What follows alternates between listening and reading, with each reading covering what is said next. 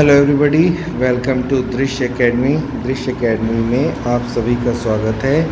आज हम देखेंगे 8 जुलाई से 14 जुलाई तक के करंट अफेयर्स इंडिया लेवल पे, यानी कि नेशनल करंट अफेयर्स।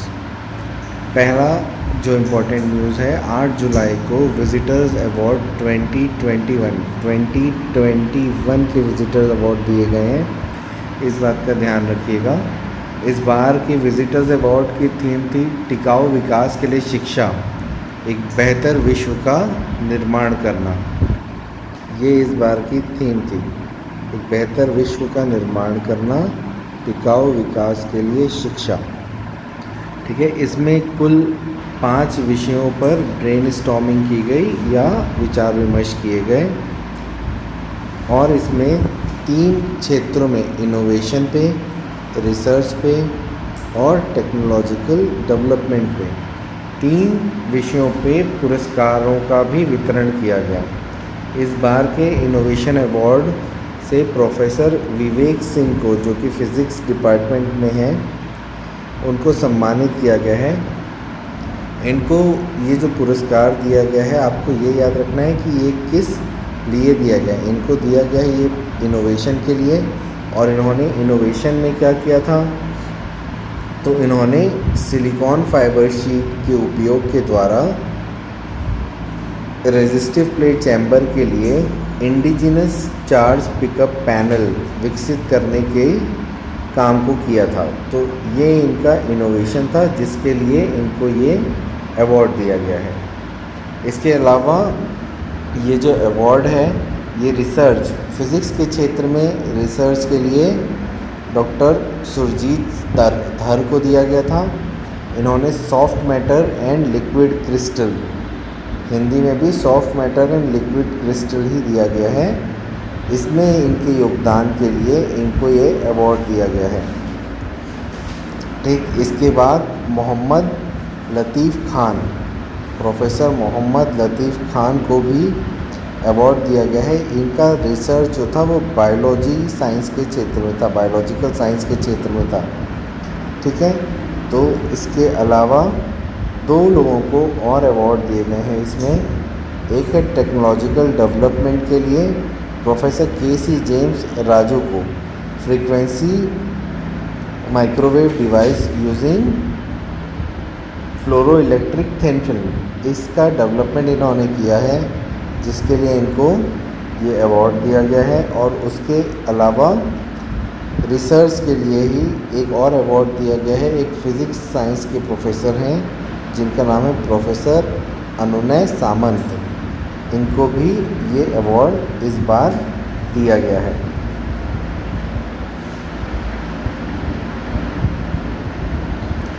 भारत के निर्वाचन आयुक्त डॉक्टर अनूप चंद्र पांडे, आपको ये नाम याद रखना है। आप बार बार न्यूज़ में, करंट अफेयर में ये नाम पढ़ेंगे तो आपको ये नाम याद हो जाएगा। डॉक्टर अनूप चंद्र पांडे, ये कौन है?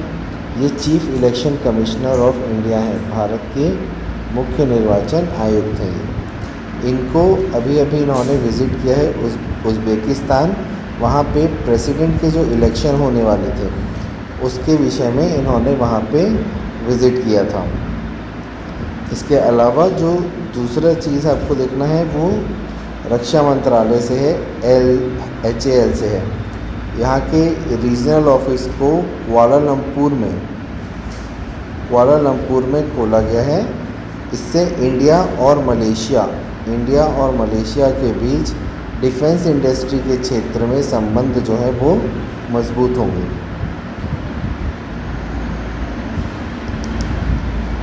एक योजना आई है जिसका नाम है PM प्रणाम। इस योजना का उद्देश्य क्या है? रासायनिक उर्वरकों पर सब्सिडी का बोझ कम करना। अभी जैसा कि आप जानते हैं कि हमारा देश एक कृषि प्रधान देश है, और यहाँ पे अच्छी फसल उगाने के लिए किसानों को बहुत ज़्यादा उर्वरकों का इस्तेमाल करना पड़ रहा है, यानी फर्टिलाइज़र्स का इस्तेमाल बहुत ज़्यादा करना पड़ रहा है। तो इसमें कोशिश ये की जा रही है कि उर्वरकों की जो सब्सिडी है, उस सब्सिडी को यूज़ किया जाए और इसके लिए अलग से कोई दूसरा बजट आवंटित नहीं किया जा रहा है। उसी की जो सब्सिडी बच रही है ना, उसी सब्सिडी से मौजूदा उर्वरक सब्सिडी की जो बचत होगी उसी को पीएम प्रणाम योजना में यूज़ करके उस चीज़ को दो लोगों को बांटा जाएगा। किसको किसको बांटा जाएगा? एक तो वैकल्पिक ऊर्जा का निर्माण करने के लिए बांटा जाएगा, बढ़ावा देने के लिए, उपयोग करने के लिए। और दूसरा, जहाँ जहाँ पे जिस जिस ग्राम सभा या ग्राम पंचायत में ये पैसा बचेगा उसका ही पैसा सब्सिडी के तौर पे या अनुदान के तौर पे इन लोगों को, उसी ग्राम पंचायत को वापस दे दिया जाएगा। 70% गाँव या ब्लॉक और जिला स्तर पर दिया जाएगा और 30% अनुदान राशि उपयोग किसानों, पंचायतों, संगठनों के स्वयं सहायता समूहों को दी जाएगी। किसको दी जाएगी? दो जगह 70% दिया जाएगा, गांव, ब्लॉक और जिला स्तर पर वैकल्पिक ऊर्जा के इकाइयों को तकनीकी मदद देने के लिए, और दूसरी दी जाएगी उन किसानों को, पंचायतों को या स्वयं सहायता समूहों को।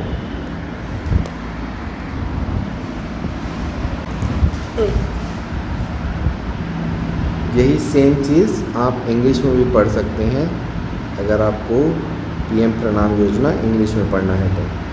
हिंदी और इंग्लिश दोनों लैंग्वेज में करंट अफेयर्स अवेलेबल हैं।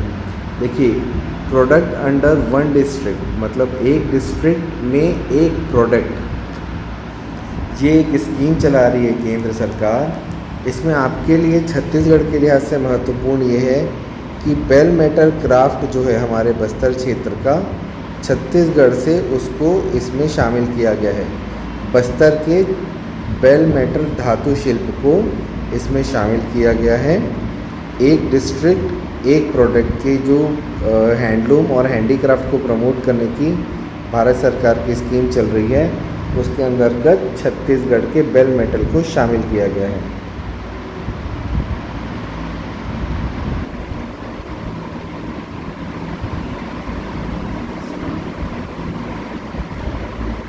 डेडिकेटेड कमर्शियल कोर्ट, मतलब कि समर्पित वाणिज्यिक न्यायालय, इसकी स्थापना की गई है।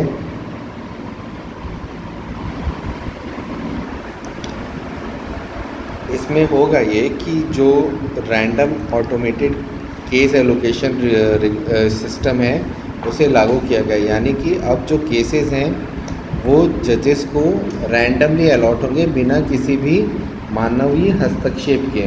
तो अगर किसी का कोई जान पहचान है या किसी भी तरह से इन्फ्लुएंस करना चाह रहा है कोर्ट को, तो अब वो करना मुश्किल हो जाएगा, क्योंकि अब आपको ये नहीं पता होगा कि अब आपका केस किस जज की अदालत में जा रहा है। अभी ये वाणिज्यिक न्यायालय में किया गया है, मगर सरकार की मंशा है कि इसे सभी न्यायालयों में धीरे धीरे लागू कर दिया जाए।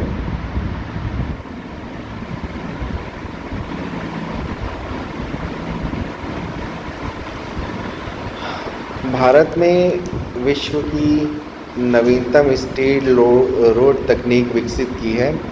इसमें वेस्ट टू वेल्थ का जो कॉन्सेप्ट है उसको यूज़ करते हुए हम पर किलोमीटर 1.45 लाख, मतलब 1.45 लाख का जो वर्थ है उसको बचा पाएंगे। ये करीब 30% सस्ता पड़ेगा हमें, जो सामान्य रूप से हम सड़क निर्माण करते हैं उससे। ये विश्व में दूसरा सबसे बड़ा प्रोजेक्ट है ऐसा। इससे बड़ा प्रोजेक्ट केवल यूनाइटेड स्टेट्स ऑफ अमेरिका में है। और अगर आप देखेंगे तो पिछले 9 सालों में ये 59% तक की बढ़ोतरी के साथ देखा जा सकता है। Steel road technology, largest steel road technology को भारत ने डेवलप किया है, मगर अब ये सेकेंड लार्जेस्ट है, इससे बड़ा अमेरिका के पास मौजूद है।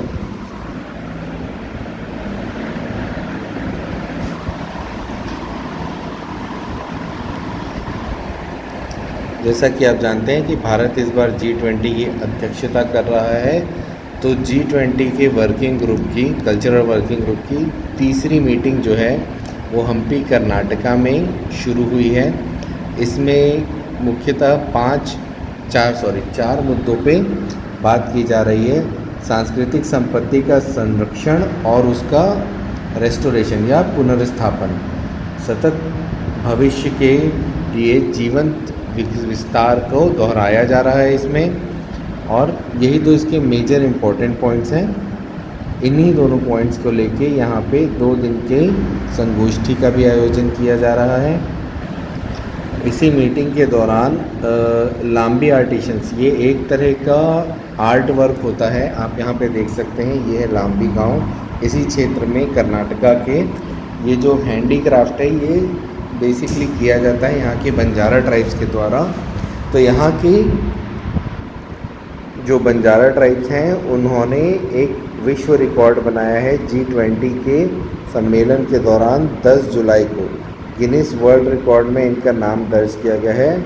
सबसे ज़्यादा एम्ब्रॉयडरी पैचेस को एक साथ इन्होंने बनाया था। इसमें से 450 आर्टिशंस थे, मतलब 450 हस्तशिल्पी थे जिन्होंने 1755 यूनिक पैटर्न्स बनाए थे, अलग अलग पैटर्न बनाए थे, अलग अलग डिज़ाइन बनाए थे, जिसे इसमें शामिल किया गया था और ये इनका नाम Guinness book of world record में दर्ज हुआ है।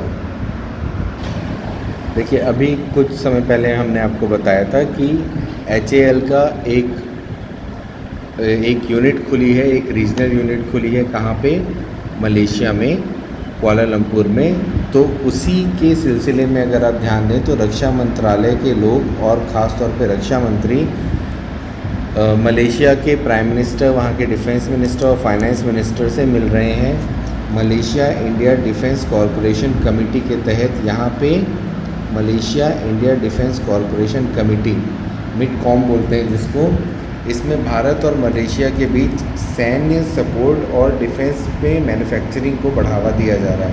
तो HAL को जो हमने तेजस डेवलप किया है HAL की मदद से, उसको मार्केट करने के लिए ये प्रयास जा रहे हैं। जैसा कि आप जानते हैं कि भारत कोशिश कर रहा है डिफेंस के सेक्टर में अपना एक्सपोर्ट बढ़ाने का और काफ़ी हद तक उसमें कामयाब भी रहा है। इसके पीछे मंशा ये है कि जो चाइना के साथ हमारे संबंध हैं वो बहुत अच्छे नहीं कहे जा सकते, तो इसलिए इंडिया ने एक पॉलिसी अपनाई थी जिसका नाम था, ओल्ड पॉलिसी का नाम था लुकिंग ईस्ट, मतलब ईस्ट की तरफ देखने की पॉलिसी अपनाई थी पहले भारत सरकार ने।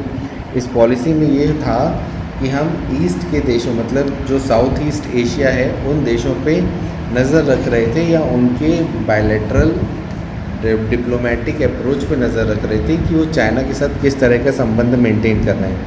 अब ये पॉलिसी चेंज करके एक्ट ईस्ट पॉलिसी कर दी गई है। एक्ट ईस्ट पॉलिसी का मतलब है कि अब इंडिया एग्रेसिवली जो साउथ ईस्ट एशियन नेशंस हैं उनके साथ ट्रेड और कॉमर्स रिलेशन डेवलप कर रहा है ताकि चाइना के इन्फ्लुएंस को यहाँ पे काउंटर किया जा सके। यहाँ इंडिया अपना इन्फ्लुएंस बढ़ाने की कोशिश कर रहा है ताकि चाइनीज़ इन्फ्लुएंस को यहाँ पे काउंटर किया जा सके। और इसी के तहत हमने लुक ईस्ट पॉलिसी को बदल के अब हम क्या कर रहे हैं, एक्ट ईस्ट पॉलिसी पे काम कर रहे हैं। इसी के तहत जो कुआलालंपुर में आप मीटिंग वगैरह देख रहे हैं वो सब हो रहा है। भारतीय छात्रों ने संयुक्त अरब अमीरात में आयोजित 34वें इंटरनेशनल बायोलॉजी ओलंपियाड में पदक तालिका में शीर्ष स्थान हासिल किया है। इसके पहले अगर आप देखेंगे तो 2008, 2009, 10, 11, 15, 21 में भारत एस्ट्रोनॉमी और एस्ट्रोफिज़िक्स के क्षेत्र में टॉप पे था और फिज़िक्स के क्षेत्र में 2018 में, और जूनियर साइंस के क्षेत्र में अगर देखें तो 14, 19, 21 और 22 में टॉप पे था। इस बार इंडिया को कुल 4 गोल्ड मिले हैं। इसमें से जो बहुत इम्पॉर्टेंट आपके लिए है वो नाम है ये रोहित पांडा। रोहित पांडा नाम इसलिए इम्पॉर्टेंट है क्योंकि ये रिसाली के हैं और ये छत्तीसगढ़ से हैं और इन्हें गोल्ड मेडल मिला है कहाँ पे, 34वें इंटरनेशनल बायोलॉजी ओलंपियाड में, 34th international biology olympiad held at UAE में। ये कहाँ पे हुआ था, तो ये अल अनी नाम की एक जगह है या एक शहर है जहाँ पे ये ओलंपियाड ऑर्गेनाइज़ किया गया था। देखिए, जैसा आप जानते हैं कि सरकार सीमावर्ती क्षेत्रों में तस्करी को रोकने से या उसको निपटाने के लिए बहुत सक्रिय रूप से कार्य कर रही है। इसमें 30 से अधिक सुरक्षा बलों सहित 788 मानव तस्कर विरोधी इकाइयों को कार्यरत किया गया है। ये जो इकाइयाँ हैं 788, ये पूरे भारत में हैं। आप जानते हैं कि भारत एक टारगेट कंट्री है जहाँ पे आसपास के देशों से, ख़ास तौर पे नेपाल, बांग्लादेश और म्यांमार से जो गरीब परिवार की जनरली नाबालिग लड़कियां होती हैं, उनकी ज़्यादा तस्करी की जाती है। गरीब परिवार की नाबालिग लड़कियों की ज़्यादा तस्करी की जाती है और उन्हें अच्छे रहन सहन या अच्छे भविष्य या अच्छी नौकरी का झांसा दे करके यहाँ लाया जाता है और उनसे यहाँ पे जबरन देह व्यापार कराया जाता है। तो इस चीज़ को रोकने का प्रयास भारत सरकार बहुत लंबे समय से कर रही है। इसके लिए 30 टीमें सुरक्षा बलों की और 788 टीमें मानव तस्करी को रोकने के लिए भारत की हर डिस्ट्रिक्ट में बनाई गई हैं। यहाँ महत्वपूर्ण बात यह है कि इन लड़कियों के पुनर्स्थापन के लिए, इनके रहन सहन हर चीज़ के लिए केंद्र सरकार ने इस बार घोषणा की है कि इसमें जो फंड दिया जाएगा वो निर्भया फंड से दिया जाएगा। निर्भया फंड आपको पता होगा कि एक फ़ंड बनाया गया था निर्भया केस के बाद, दिल्ली में जो रेप केस हुआ था उसके बाद। उसी फंड से इन बच्चों के या इन महिलाओं के लिए जो कि पीड़ित हैं किससे, मानव तस्करी से, उनकी मदद करने के लिए एक फ़ंड बनाया गया है और वो ये फ़ंड ही इन लड़कियों की मदद करेगा। इस योजना का उद्देश्य ये है कि जो पीड़ित बालिकाएं हैं या जो पीड़ित महिलाएं हैं, उनको एक ही मंच पर सहायता भी मिल जाए और समर्थन भी मिल जाए, यानी उनको अलग अलग जगह ना जाना पड़े। इसमें यह भी प्रावधान किया गया है कि जो बच्चियां या बालिकाएं या महिलाएं दुर्व्यवहार से, बलात्कार से, सामूहिक बलात्कार जैसी चीज़ों से पीड़ित होने से गर्भवती हो गई हैं, उनके जब तक केसेस चल रहे हैं या उनका पुनर्वास का कार्यक्रम की तैयारी हो रही है, तब तक उनकी देखभाल के लिए उनको इसी फंड से पैसा दिया जाएगा या उनको इसी फंड से सहायता दी जाएगी। पिछले वर्ष का आंकड़ा अगर देखेंगे तो 74 करोड़ रुपए से ये योजना शुरू की गई है। इसमें हर साल निर्भया फंड से और पैसे डाले जाएंगे। इसमें उनको पुलिस सहायता, शिक्षा, चिकित्सा, सारी तरह की मनोवैज्ञानिक, उनकी काउंसलिंग वगैरह, कानूनी सहायता, सारी चीज़ें इसी एक प्लेटफॉर्म से करने की योजना है भारत सरकार की।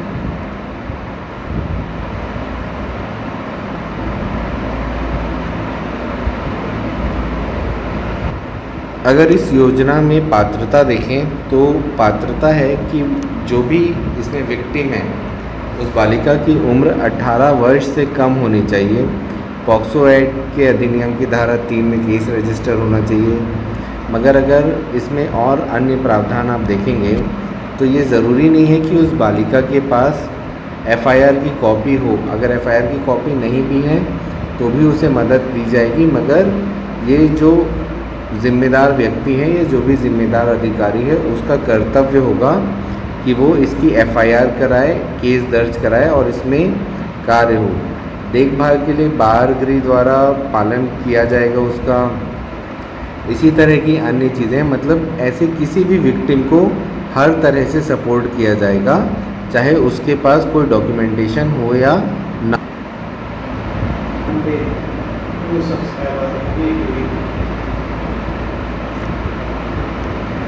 यही सेम स्कीम अगर आप इंग्लिश में नोट करना चाहें तो यहाँ से कर सकते हैं।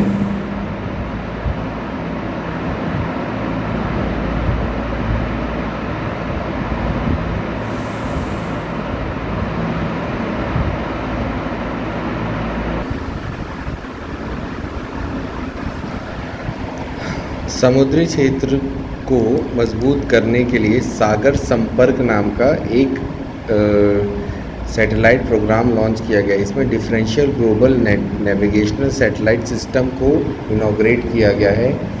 पहले जब आप समुद्र में जाते थे या भारतीय मछुआरे या भारतीय पोत जब समुद्र में जाते थे तो उनको अपनी स्थिति 10 मीटर तक की एक्यूरेसी के साथ पता चलती थी। यानी 10 मीटर के पास या 10 मीटर से राइट या लेफ़्ट उनको ये पोजीशन पता चलती थी। मगर ये स्वदेशी प्रणाली है, इसे विकसित करने के बाद ये जो दूरी है ये 5 मीटर हो गई है, मतलब ज़्यादा एक्यूरेट हो गई है। पहले वो 10 मीटर गलत हो सकते थे, मगर अब अगर गलती हो भी रही है तो वो 5 मीटर की ही होगी। ये इम्पॉर्टेंट इसलिए है क्योंकि ये स्वदेशी डेवलप्ड नेटवर्क प्रणाली है और ये अभी दुनिया में दूसरी सबसे अच्छा नेविगेशन सिस्टम है। प्रधानमंत्री नरेंद्र मोदी को Grand Cross of the Legion of Honour से सम्मानित किया गया है। ये एक सम्मान है जो फ्रांस का सर्वोच्च पुरस्कार है। इससे प्रधानमंत्री नरेंद्र मोदी को सम्मानित किया गया है। आप यहाँ पे देख सकते हैं, ये वो क्रॉस है जो दिया जाता है एज अ ऑनर, और इसकी जूम इमेज ये है। प्रधानमंत्री को यही क्रॉस दिया गया है।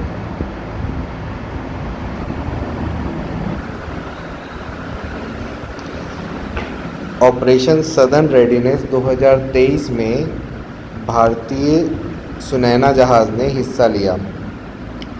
इस कार्यक्रम के दौरान ग्रीस और भारत के कार्मिक दलों ने जहाज़ पे योग अभ्यास का सत्र भी आयोजित किया था। इसमें रेडीनेस देखी जा रही थी। इसमें सिर्फ सैन्य जहाज़ शामिल नहीं थे, बाकी के जहाज़ भी शामिल थे, जिसमें व्यापारिक जहाज़ और अन्य नौसेना के जहाज़ भी शामिल थे, जैसे कि यूएस वगैरह की सैन्य टुकड़ियाँ भी इसमें शामिल हुई थी। जैसा कि आप जानते हैं कि 2017 में टेलीलॉ सर्विस शुरू की गई थी। इसका उद्देश्य ये था कि जो लोग सलाह से वंचित रहते हैं, कानूनी सुविधाओं से या कानूनी सलाहों से वंचित रहते हैं, जिनकी आय कम है, उन लोगों तक ये सर्विस पहुंचाई जा सके। टेलीलॉ सर्विस 2017 में लॉन्च होने के बाद से करीब 46 लाख से अधिक लोगों को मदद दे चुकी है। इसमें अभी 2023 में एक नया ऐप लॉन्च किया गया है। इस ऐप की मदद से भी अब लोग कानूनी सलाह अपना केस शुरू होने के पहले ही ले पाएंगे। तो इसमें ये सर्विस कब से शुरू हुई थी? 2017 से शुरू हुई थी, मगर इसमें ऐप अभी पहली बार लॉन्च किया गया है। तो इसलिए यहाँ पे ये हमारे करंट अफेयर के लिए एक महत्वपूर्ण